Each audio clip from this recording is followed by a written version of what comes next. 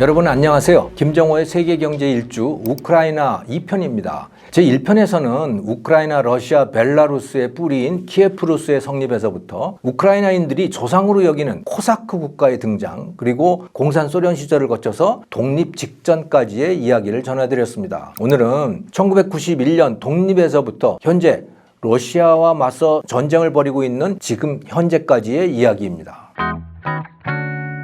1991년 12월 이 나라에는 대통령 선거와 더불어서 독립에 대한 국민투표가 치러졌습니다. 유권자의 84%가 참가했고 92%라는 압도적 다수가 독립에 찬성표를 던졌습니다. 다만 남부의 크림반도 지역만 54%가 찬성을 했어요. 그래서 나중에 보면 2014년에 이 크림반도 지역은 러시아가 침공을 해서 여기를 접수를 하고 러시아 영토로 병합을 해버렸죠. 그리고 그 일대 동부 지역 역시 러시아가 실질적으로 군사적으로 장악을 하고 있는 상태입니다. 독립은 사람들을 꿈에 부풀도록 만들지요. 하지만 그 꿈은 대부분 환상에 불과합니다. 가혹한 현실을 만날 때가 더 많습니다. 우크라이나 역시 그랬습니다. 독립 당시에 1인당 소득이 $1,500 그런 나라였는데 안 그래도 가난한 나라인데요. 시간이 갈수록 더욱 상황이 나빠졌어요. 독립을 하고 나서. 2000년에는 $650까지 떨어집니다. 우리나라는 $35,000인데 $650면 생활이 어떻겠어요? 아무튼 그렇게까지 되는 거죠. 다행히 2001년부터 좀 나아지기 시작해서 2021년에는 $4,800로 올라섰습니다만은 이제는 또 전쟁 때문에 어려워져 있는 상황이죠. 독립이 사람들을 가난으로 몰아넣었던 셈입니다. 카네기 국제평화재단의 보고서에 따르면 경제 추락의 원인은 크게 세 가지입니다. 첫째는 만연한 탈세와 그것에 따른 재정 적자, 이 문제를 해결하기 위한 통화 남발, 이것인 거예요. 소련에서 독립을 했으니까 새 정부가 돈 쓸 일이 많았겠죠. 세금을 걷어야 되는데 문제는 이 세금을 낼 사람이 없다는 겁니다. 소련 치하에서 세금이라는 것을 내본 적이 없었거든요. 세금이 없잖아요. 공산주의 사회에서는. 왜냐하면 모든 게 다 국영이기 때문에 그런 거죠. 그런 사람들이 세금을 내려니까 당연히 아까웠겠죠. 대부분 세금을 안 낸 거예요. 다 탈세를 한 거죠. 그러다 보니 돈은 필요하니까 정부가 낼 만한 사람, 거둘 만한 사람에게 다 뒤집어 씌우게 된 것이고, 그러니 더 세금 내는 사람은 점점 더 줄어들 수밖에 없잖아요. 어떻게든 탈세를 해야 되는 거죠. 자, 그러니 정부는 돈을 써야 되는데 어떻게 하겠습니까? 결국 돈을 찍어서 재정 자금을 조달을 했던 겁니다. 그러다 보니 당연히 인플레가 극심해졌고 1993년에는 물가 상승률이 무려 3,300%에 달했어요. 자, 우크라이나 경제가 이렇게 된 두 번째 원인, 이거 부패하고 연관이 되어 있습니다. 국영기업들에 대해서 부분적으로 민영화를 추진을 했는데 여기 기존의 경영진들이나 권력의 내부자들이 다 특혜를 받아가지고 그 기업들을 차지한 거죠. 그러고 나서 제대로 경영이라도 했으면 괜찮은데 경쟁적인 비즈니스를 하는 대신에 정부의 보호를 받고 또 정부에서 아름아름으로 지원금을 받던 그 예전의 관행을 거의 그대로 유지한 거예요. 그러다 보니 그 기업들이 제대로 작동을 할 수가 없었던 것이죠. 세 번째는 에너지 문제입니다. 독립 전에는 러시아로부터 거의 무상에 가까운 조건으로 석유, 가스를 공급을 받았었는데 이제 그 값을 다 내게 됐잖아요. 그러니 사람들이 새로운 상황에 적응을 하기가 매우 어려웠던 것이고 이게 경제난으로 이어졌다, 이렇게 이해를 하시면 되겠습니다. 요약하자면 겉으로는 공산주의 계획경제를 벌이고 자유시장 경제를 내걸긴 했는데 그 속은 전혀 그렇지 못했었다는 거죠. 이도저도 아닌 뒤죽박죽인 상태, 아무것도 제대로 돌아가지 않는 상태, 그게 독립 이후 우크라이나의 경제 상태였던 겁니다. 한편 미국, 러시아, 영국 같은 이 주변 강대국들은 우크라이나에 배치되어 있던 소련제 핵무기들, 이거 많이 배치가 돼 있었거든요. 이걸 어떻게든 제거해야 됐던 거예요. 그래서 1994년에 부다페스트 메모랜덤이라고 하는 협약을 맺었죠. 그래서 우크라이나에 배치되어 있던 핵무기들은 러시아가 회수를 해서 다 해체한다, 여기에 합의를 받습니다. 그럼 우크라이나는 뭘 받았는가? 그에 대한 대가로, 그 대가로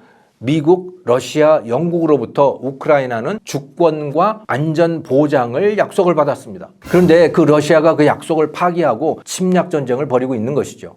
우크라이나 사람들도 독립은 하기는 했는데 나라의 정체성에 대해서 끊임없는 혼란을 겪어왔습니다. 서부와 북부 사람들, 이 서유럽에 가까운 사람들이죠. 이 사람들은 서구식 자유민주주의를 원하는 반면에 이 크림반도 남부 지역과 동부 지역 사람들은 러시아에 속하기를 더 원하는 겁니다. 그러다 보니 대통령이 누가 되느냐에 따라서 어떤 사람이 대통령이 되느냐에 따라서 나라의 정체성이 막 흔들리고 그에 따라서 국민들도 크게 동요를 해왔습니다. 우크라이나 오렌지 혁명이라고 하는 것도 그런 겁니다. 2004년 12월에 대선이 치러졌는데 이때 친러시아 성향의 야누코비치라고 하는 사람이 당선이 됐어요. 그런데 사람들은 야 그거 부정선거였어 라고 규탄을 하면서 거리로 쏟아져 나왔죠. 그래서 다시 결선 투표를 하게 됐습니다. 이 결선 투표에서는 친서방 노선을 유지하고 있는 유셴코라고 하는 사람이 당선이 됐습니다. 이 사태를 오렌지 혁명이라고 부르는데요. 이 오렌지는 선거에서 유셴코가 사용한 상징 색깔이 바로 오렌지 색깔이었기 때문에 이름이 그렇게 된 겁니다. 자, 이 사태는 많은 우크라이나인들 또 우크라이나 국민들이 민주주의, 투명한 선거 또 친서방 정책 이런 것을 원하고 있다는 사실을 잘 보여줬던 사건이었던 거죠.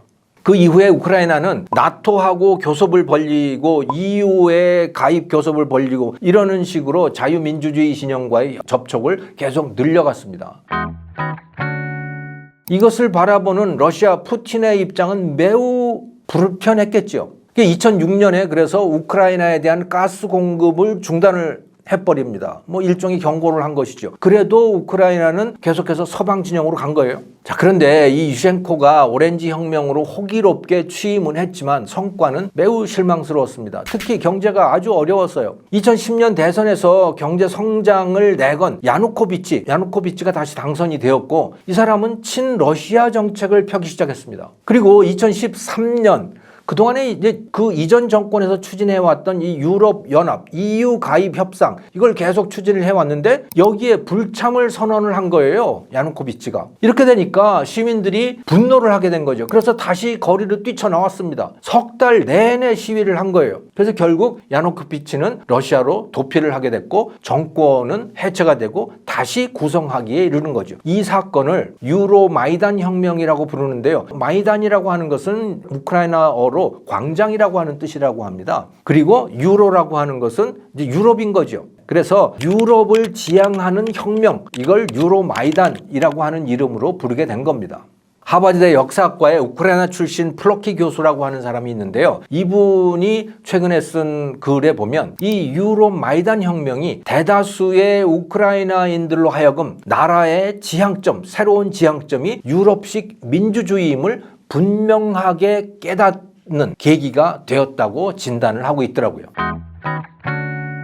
그런데 푸틴도 가만히 있지 않았습니다. 2014년 크림반도를 침공해서 병합을 했지 않습니까? 그리고 돈바스, 루안스크 같은 이 동부주들의 분리 독립전쟁을 부추겼죠. 그리고 크림 지역에서는 이 국민투표를 통해서 이 지역을 러시아 영토에 편입을 시켜버렸습니다. 자, 이렇게 되다 보니까 서부 지역, 북부 지역의 친서방 성향의 국민들을 하고 이 동부 지역, 남부 지역의 친러시아 성향의 국민들 사이에 건널 수 없는 간극이 형성되었습니다. 그 근처 나라인 조지아에서도 2003년에 똑같은 성격의 로즈 레볼루션, 장미혁명이라고 하는 것이 일어나서 친서방형 정권이 들어섰거든요. 그랬더니 푸틴이 그것에 대한 보복으로 2008년에 침공을 한 거죠. 이 조지아를. 그러니까 이 사태는 푸틴이 주변 나라들, 과거의 위성국가들을 독립국으로 인정하지 않는다라고 하는 사실에 대한 증거인 겁니다. 사태가 이렇게 돌아가자 미국도 이제 태도가 바뀌었죠. 2017년에 우크라이나에다가 리털 웨펀, 살상 무기의 판매를 승인을 했습니다. 그때까지는 군사 지원을 한다고 하더라도 비살상 장비만 지원을 했는데 러시아의 공세가 거칠어지면서 미국도 입장을 바꾼 겁니다. 2019년에는 코미디언으로 활동하던 젤렌스키, 지금 대통령이죠. 이 사람이 대통령에 당선됐습니다. 그는 북대서양조약기구 나토와 협상을 벌려서 2020년에는 나토 Enhanced Opportunities Partner, 일종의 준회원 자격을 얻었습니다. 2021년에는 친러시아 성향의 TV 방송을 폐쇄하는 등 이 친러시아 성향의 재벌들, 기업들, 이들을 압박해 들어가기 시작했죠. 그러자 푸틴이 가만히 있지 않았습니다. 2022년 2월 특별 군사작전이라고 하는 이름으로 우크라이나 전역에 대한 군사 공격을 시작했습니다. 그런데 곧 끝날 것을 기대하고 시작한 전쟁인데 벌써 1년 4개월이 넘어가고 있죠. 우크라이나 국민들이 예상 밖으로 잘 싸우고 있기 때문입니다. 우크라이나 국민들에게 이것은 독립전쟁이자 나라의 정체성을 확립하는 과정이기도 합니다. 우리 대한민국도 6.25라고 하는 전쟁을 통해서 확실한 정체성을 만들어냈습니다. 그 이전까지는 우리가 도대체 조선의 백성인지 사회주의를 향해서 가는 인민인지 정체성이 아주 모호했거든요. 그런데 북한 또 중공과의 전쟁, 그 고통을 겪으면서 반공과 친미라고 하는 분명한 정체성을 확립하게 되었던 것이죠. 우크라이나 국민도 소련 전체주의 하에서 형성되었던 이 수동적이고 어두운 인간형, 러시아적 인간형에서 유럽식의 밝고 자유로운 인간으로 거듭나고 있는 것으로 보입니다. 제 눈에는. 그들이 승리해서 반듯한 자유의 나라를 만들어내기를 기원합니다. 김정은의 세계경제 일주 우크라이나 제2편 여기서 마칩니다. 시청해 주셔서 감사합니다.